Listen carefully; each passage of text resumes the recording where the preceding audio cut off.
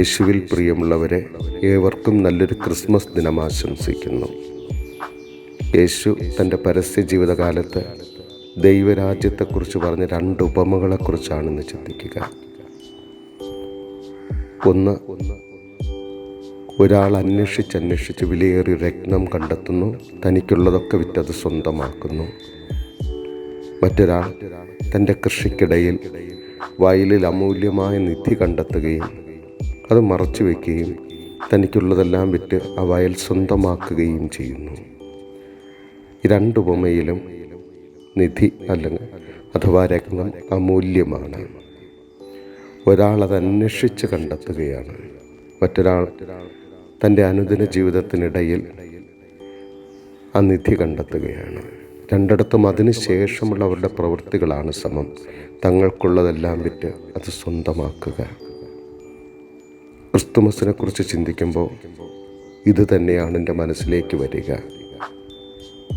ആട്ടിടയന്മാർക്ക് തങ്ങളുടെ അനുദിന ജീവിതത്തിനിടയ്ക്ക് മാലാഖമാർ പ്രത്യക്ഷപ്പെട്ടു പറയുന്നു, ഇതാ നിങ്ങൾക്കായൊരു രക്ഷകൻ കർത്താവായ യേശു പിറന്നിരിക്കുന്നുവെന്ന്. കേൾക്കവേ തങ്ങളുടെ ആടും ആലയും ഉപേക്ഷിച്ച് അവർ ക്രിസ്തുവിനെ കാണുവാനായി കാലിത്തൊഴുത്തിലേക്ക് യാത്രയാവുകയാണ്. അതേസമയം 3 ജ്ഞാനികൾ ക്രിസ്തുവിനെ അന്വേഷിച്ച് കണ്ടെത്തുകയാണ്. അവർ മറ്റൊരു വഴിയെ പോയി എന്ന് രേഖപ്പെടുത്തുകയും ചെയ്യുന്നുണ്ട്. ഇതൊക്കെ ഓർമ്മിപ്പിക്കുക, അപ്രതീക്ഷിതമായി നിൻ്റെ മുന്നിലേക്ക് ദൈവം വെച്ച് നീട്ടുന്നൊരു സമ്മാനമാണ് ഉണ്ണിയേശു എന്നത്. ഒരുപക്ഷെ നീ അന്വേഷിച്ച് കണ്ടെത്തുന്നതുമാവും ഉണ്ണിയേശു. അതിന് ശേഷമുള്ള നിങ്ങളുടെ ജീവിതം എങ്ങനെ എന്നതാണ്. ഞാനൊരു ക്രിസ്ത്യാനി ആയതുകൊണ്ട്, ക്രൈസ്തവ മാതാപിതാക്കൾക്ക് ജനിച്ചതുകൊണ്ട് അപ്രതീക്ഷിതമായി എനിക്ക് ലഭിച്ചതാണ് അമൂല്യമായൊരു നിധി. എനിക്ക് ലഭിച്ചതാണ്, ഞാൻ അന്വേഷിച്ച് കണ്ടെത്തിയതല്ല, എനിക്ക് ലഭിച്ചതാണ്. ആ ജ്ഞാനസ്നാനത്തിനനുസൃതമായൊരു ജീവിതം, അമൂല്യമായൊരു നിധി ലഭിച്ചു എന്ന ബോധ്യത്തോടെയാണോ എൻ്റെ ജീവിതം? മറ്റു ചിലരൊക്കെ ക്രിസ്തുവിനെ അന്വേഷിച്ച് കണ്ടെത്തുന്നവരുണ്ട്, ഏറെ പേരുണ്ട്. അവർ അതിന് വില കൊടുക്കാൻ തയ്യാറാകുന്നത് നാം കാണുന്നുണ്ട്.